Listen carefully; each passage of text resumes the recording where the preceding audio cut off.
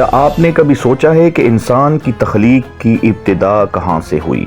کیا یہ جاننے کی خواہش ہوئی ہے کہ سب سے پہلے انسان، سب سے پہلے نبی حضرت آدم علیہ السلام کی زندگی میں ہمارے لیے کیا پیغام اور کیا سبق موجود ہے؟ السلام علیکم دوستو، آج کی یہ ویڈیو ہم آپ کو لے کر چلیں گے وقت کی اس منزل پر جہاں انسانیت کا پہلا باب شروع ہوتا ہے۔ یہ ہے کہانی حضرت آدم علیہ السلام کی، اللہ کے منتخب بندے، پہلے انسان اور پہلے نبی کی۔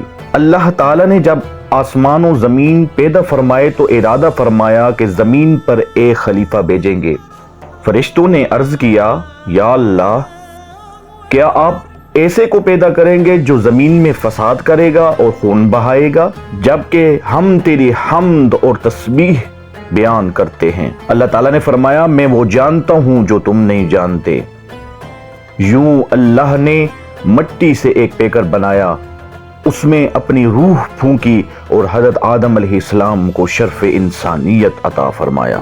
یہ وہ لمحہ تھا جب کائنات میں سب سے پہلے انسان کا آغاز ہوا۔ اللہ تعالیٰ نے حضرت آدم علیہ السلام کو تمام اشیاء کے نام سکھائے، پھر فرشتوں کو فرمایا کہ اگر تم سچے ہو تو یہ نام بتاؤ۔ فرشتے عاجز آ گئے اور کہنے لگے، یا اللہ، ہمیں وہی علم ہے جو آپ نے دیا ہے۔ تب حضرت آدم علیہ السلام نے سب کے سامنے چیزوں کے نام بیان کیے۔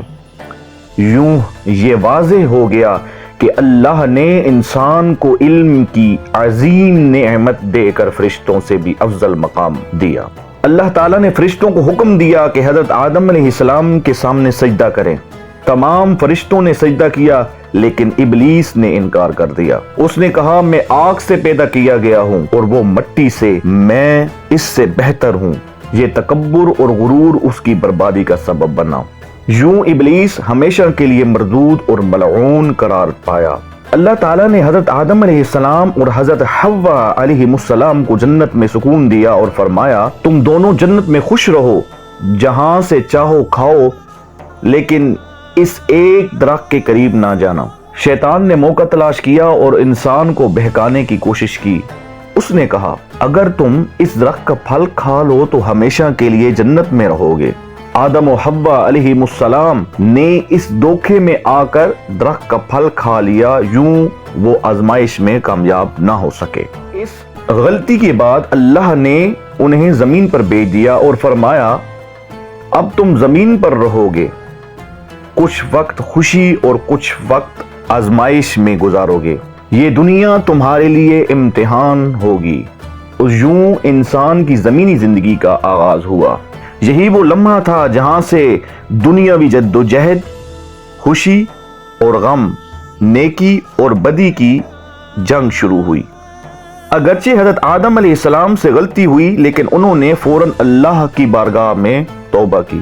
انہوں نے کہا، اے ہمارے رب، ہم نے اپنی جانوں پر ظلم کیا، اگر تو ہمیں معاف نہ کرے اور رحم نہ کرے تو ہم خسارہ پانے والوں میں سے ہو جائیں گے۔